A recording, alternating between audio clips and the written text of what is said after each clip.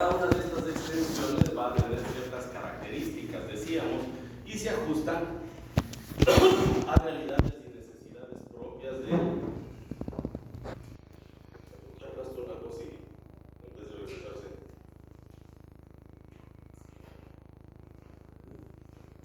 Se ajusta a ciertas necesidades y a ciertas características obligadas, ¿no es cierto?, por las circunstancias. Por un lado teníamos que la dendrita, siendo la parte aferente, puede ser múltiple, ¿ya? Porque necesitamos una amplitud, ¿ya? Una ampliación patente del área que va a ser estimulada para que llegue el impulso, para que el fenómeno bioeléctrico que se da en la neurona empiece y sea conducido hacia el soma neuronal, donde se van a dar los diferentes pasos de procesamiento para que las tres fases de la función neuronal se lleven a cabo. Ya vamos a hablar de esas tres fases, pero sabemos que el resultado final va a ser lo que sucede a nivel del axón. En el axón se va a dar uno de esos tres fenómenos, gracias al cual, por sus ramales y por su extremo terminal, que se denomina telodendrón, se une o transmite su información a una siguiente neurona o a un órgano efector. ¿Quién me dice cuáles son los tres componentes pilares de la función neuronal? No, ustedes no. Todo el paquete.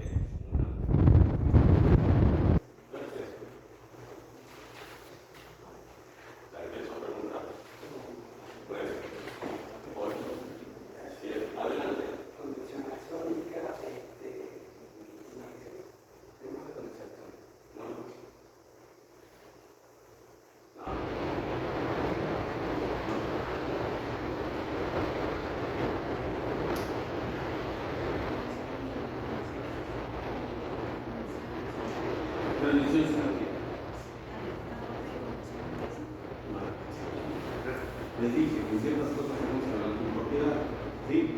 Transporte axónico, no conducción. ¿Sí? Transmisión sináptica en conducción.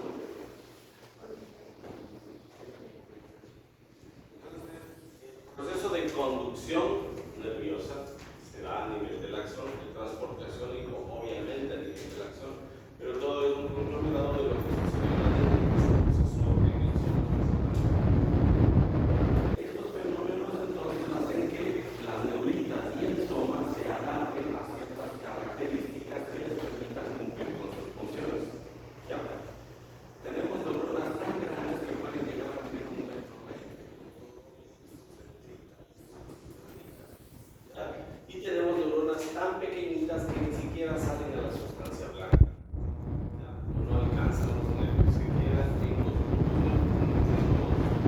núcleos o en los ganglios.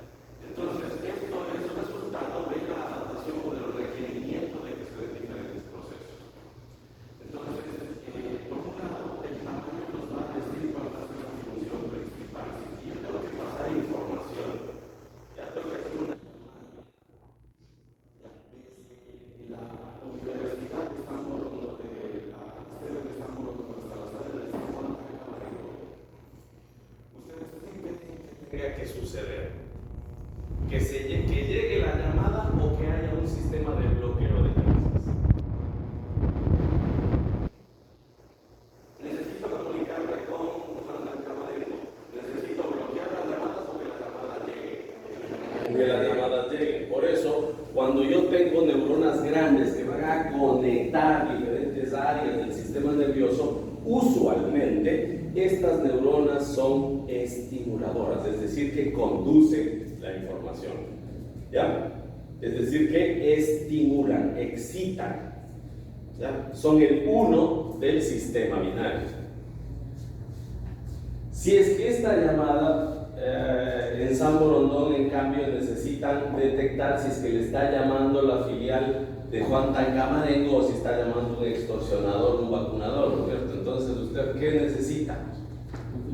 bloqueo de llamadas. Es un sistema de bloqueo de llamadas que le identifique, ¿no es cierto? Y que le sepa que usted no debe contestar esta llamada. Solamente si es que le sale en la pantallita que le están llamando de Juantancamarengo. Entonces usted necesita que eso sea un efecto local en su dispositivo móvil. Por eso es que hay otras células pequeñitas que se encargan de estas regulaciones. Por tanto, su función será de cero, es decir, inhibitoria, principalmente inhibitoria. Ya, estas células inhibitorias, acuérdense que suelen formarse en la lámina alar y están presentes ahí como reguladores, pero negativos. ¿Ya? Son los que seleccionan por dónde pasa la información, a cuál dejan y a cuál prohíben que pase la información. ¿Ok? Entonces, esto ha dado el pie para que se diferencien a las células en células voluminosas, denominadas por Golgi como células neuronas tipo 1, y las neuronas Golgi tipo 2. Las Golgi tipo 1, las voluminosas, suelen ser excitadoras generalmente, y las Golgi tipo 2 usualmente son inhibidoras. ¿Ya? De igual manera, para no redundar, la forma nos avisa también qué es lo que sucede con cada una de estas neuronas. Si yo necesito un gran penacho receptor cerca del soma, usualmente esta neurona lo que va a hacer es un efecto de ejecución.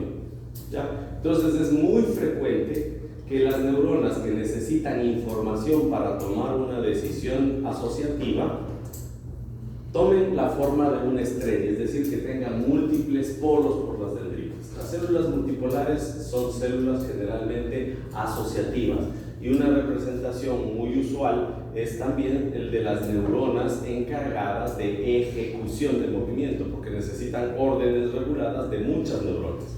Entonces, esta neurona, ¿ya?, que es multipolar, es la representación más usual de la motoneurona somática de la médula espinal, ¿ya?, la que está en el asta ventral. Vemos esta otra célula y vemos que es multipolar también.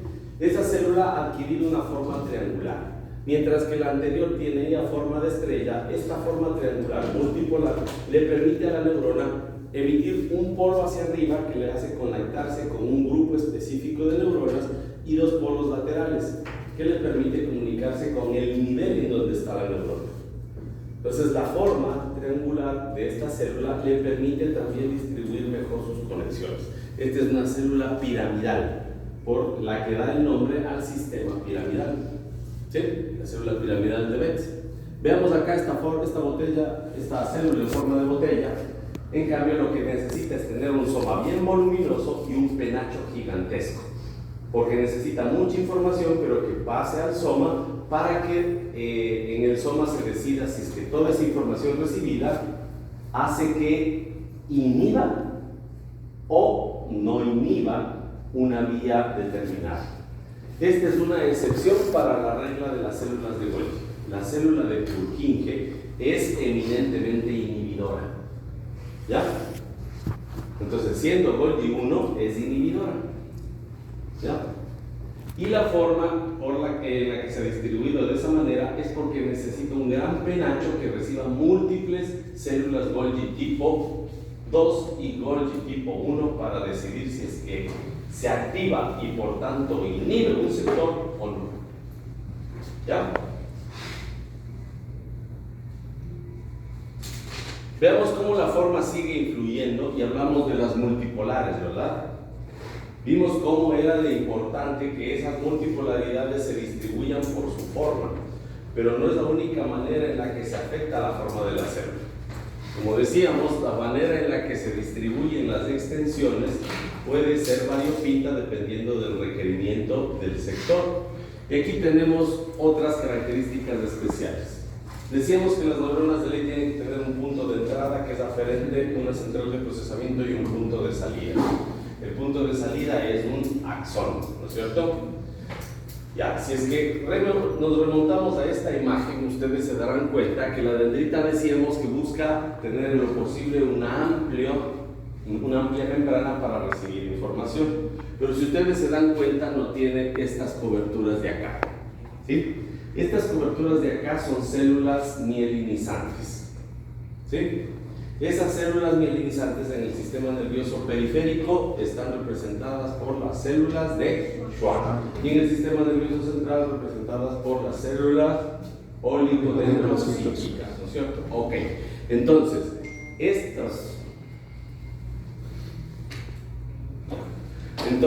en este arriba y con esa consideración, echemos ojo a lo que pasa con esta célula. Miren, esta célula, si ustedes ven acá, ¿ya? Presenta una sola dendrita, ¿no es cierto? En el periodo embrionario esta célula era bipolar. Ya tenemos la multipolar con múltiples dendritas, acá tenemos una célula bipolar, es decir, una célula con un punto de entrada, central de procesamiento y punto de salida. ¿Ya? Pero esta célula bipolar, a medida que se va desarrollando en el ganglio posterior, necesita hacer algunas modificaciones en su dendrita. ¿Sí? Decíamos que usualmente la dendrita tiene que ser muy voluminosa con múltiples membranas, ¿ya? Y que no tiene cobertura de mielina. El que tiene cobertura de mielina es el axón, porque yo necesito mandar la información eferente rápido, ¿no es cierto? Recibir mucho, pero mandar por un tubo rapidito la información. ¿Ya? ¿Qué es lo que sucede? La neurona, esta neurona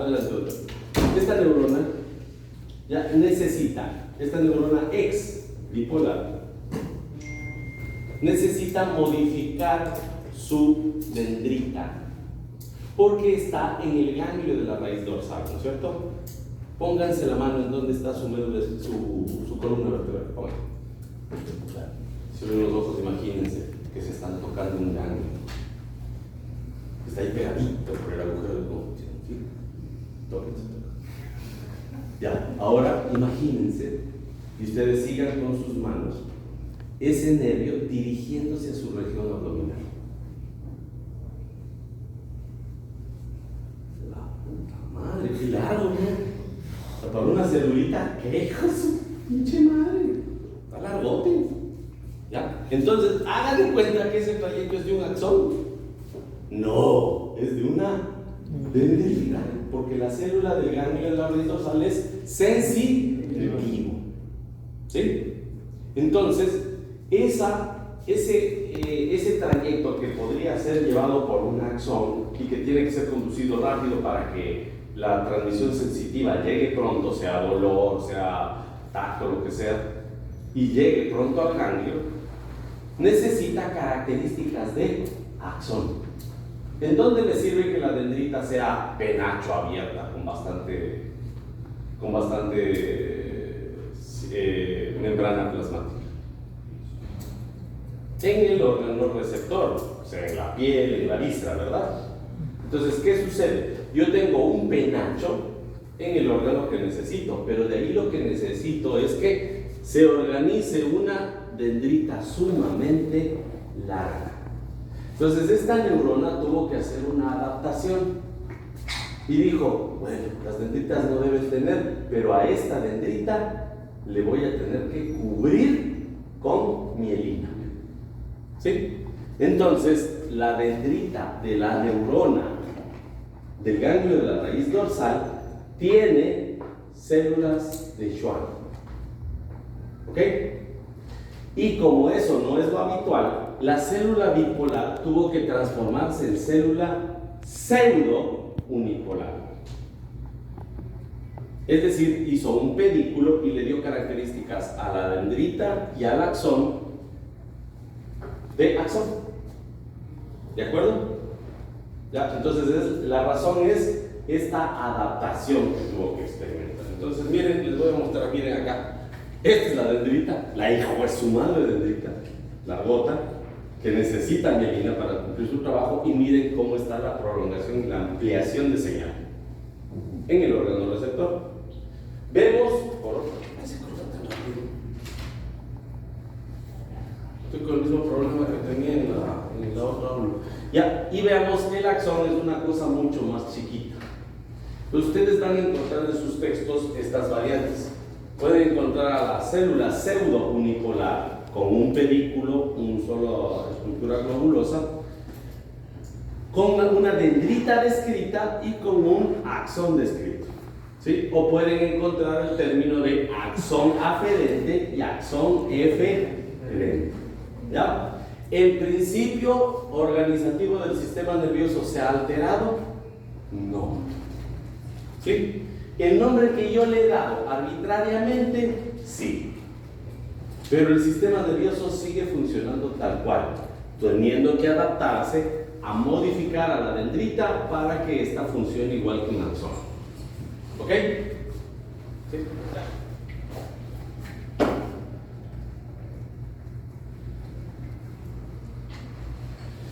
Vemos también que va a haber células bipolares tal cual. Estas suelen ser visibles en áreas en donde se necesita conexión directa e inmediata, por ejemplo en la retina. ¿Ya? En algunos sectores hay células intercaladas internunciadas de Golgi tipo 1 que son bipolares porque lo que necesitan es que esta información inhiba la de lado o active la de lado. ¿Ya? Entonces en áreas más primitivas se suelen ver células bipolares.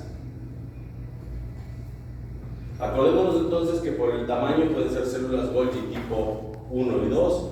Por su forma o distribución vamos a encontrar células unipolares o pseudounipolares, bipolares o multipolares, y por su tamaño y su forma y por su distribución. Ya, por la distribución del soma pueden adquirir diferentes formas dependiendo de los requerimientos que presenten. Aquí podemos ver, ¿no es cierto?, un bastón de la retina. ¿Sí? Miren, aquí está el axón, ahí está la dendrita. ¿Ok?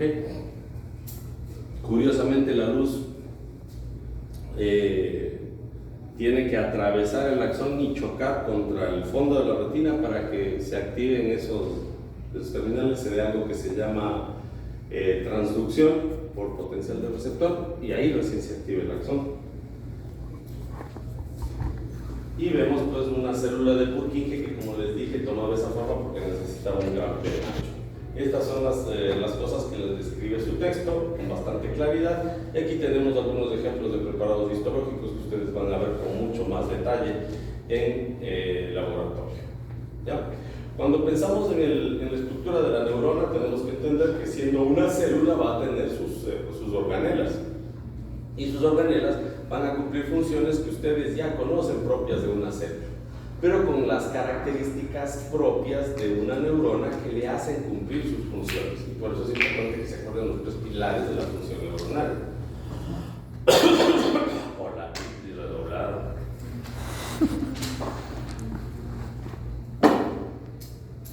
A veces que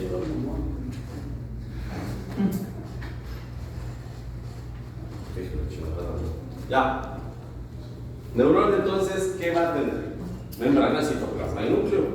¿Ya? ¿El núcleo qué características va a tener? Una célula que tiene alto poder metabólico va a tener un núcleo grandote. ¿Sí? Les doy un ejemplo. Por ejemplo, un hepatocito tiene un núcleo muy grande, muy voluminoso. Pero la característica es que la célula, el núcleo del hepatocito, tiende a irse a la base, porque desde ahí ordena la síntesis de una serie de enzimas que se evacúan por el extremo apical de la célula, ¿no es cierto? En el caso de la neurona es una viva que tiene un penacho por el que recibe información y se va a encargar de procesar para mandar todo por el axón. Entonces, la posición ideal del núcleo de una neurona saludable es el pleno centro, ¿ya? Y es súper voluminoso, pese a que una neurona pierde la capacidad de dividirse, no porque se divida de vez en cuando, sino porque tiene el otro trabajo que implica el ADN.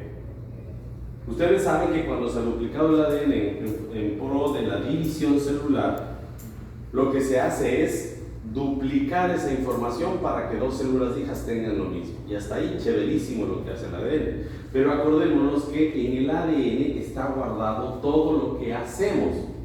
¿Ya? En ese cuerpo, en ese núcleo, está toda la información de las otras células hermanas de la neurona y de las otras células del organismo, ¿ya? Con activaciones específicas para que esta neurona sea neurona.